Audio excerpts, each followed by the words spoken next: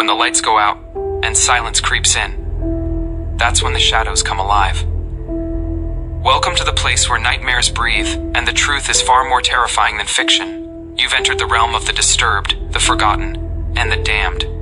So dim the lights, grab your headphones, and get ready, because these stories are not for the faint of heart. You're watching Local 57 TV. Let the horror begin. The house on Ash Willow Road.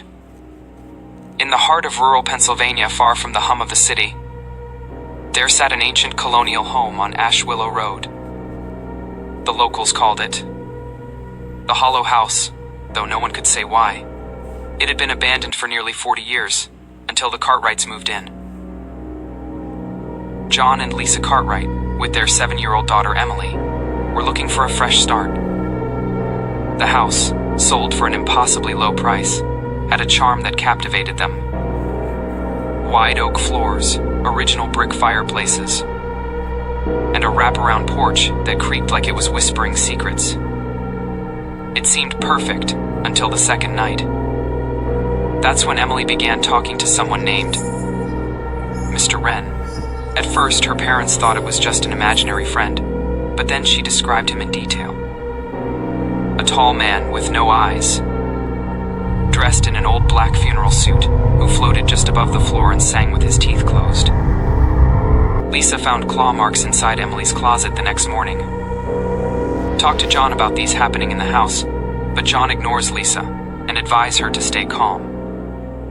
"I am busy with the work of shifting," John said.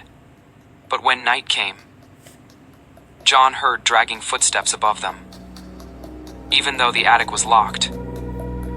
When he broke the rusted padlock and climbed up, he found a pile of dolls, hundreds, each one missing its eyes, and each one humming the same low tune in unison. John scared and think about Lisa, what she told him in the morning.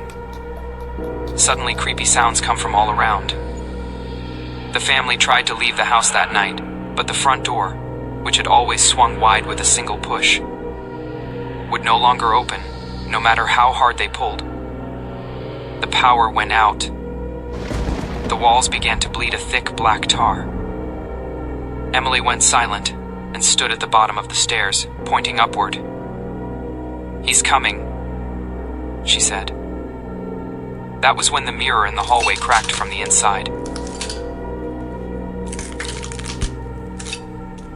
John saw movement within the shattered glass, a pale man twisting through corridors that didn't exist in their home. They saw the rooms they had never seen. Lisa tried calling the police. The line connected, but all she heard was a voice whispering the same phrase, over and over. "We lives in the walls." Desperate, John knocked a hole through the plaster in the bedroom, and behind it, they found another hallway, one that shouldn't be there. They stepped inside. The walls closed behind them. The house was empty when police arrived a few days later. No signs of struggle, no signs of life. Just a note left on the floor, scrawled in charcoal.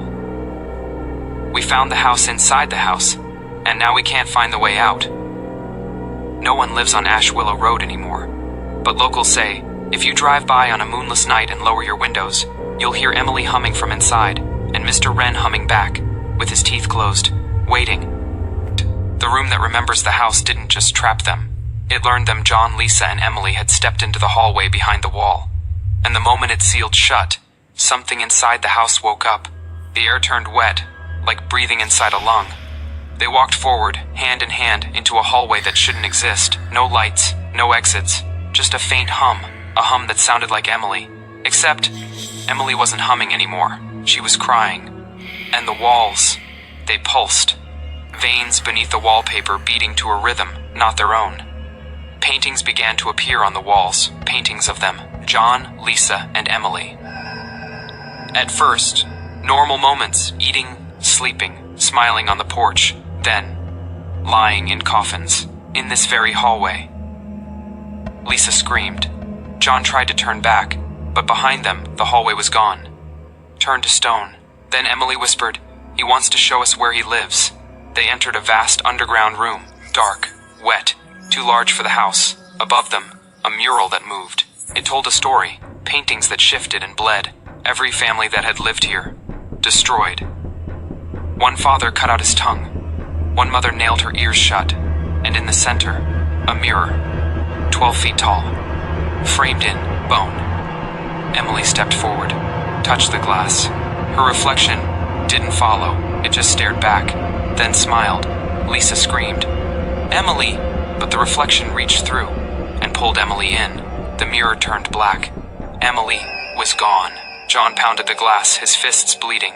Lisa collapsed, sobbing, her voice broken. "Emily, Emily, Emily." Then, the walls screamed, "We lives in the walls.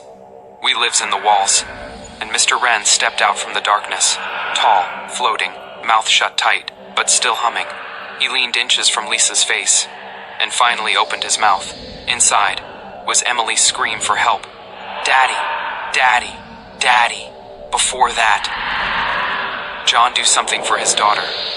The house float in the air and collapse. A week later, the police found nothing. No family, no blood, just a new painting in the hallway. They sealed the house. But on some nights, the porch creaks on its own, and dolls appear again. New ones, eyeless. If you go near Ash Willow Road, don't look into the windows. Because the mirrors in that house, they remember your face, and next time, they might open for you. The house isn't haunted. It's hungry.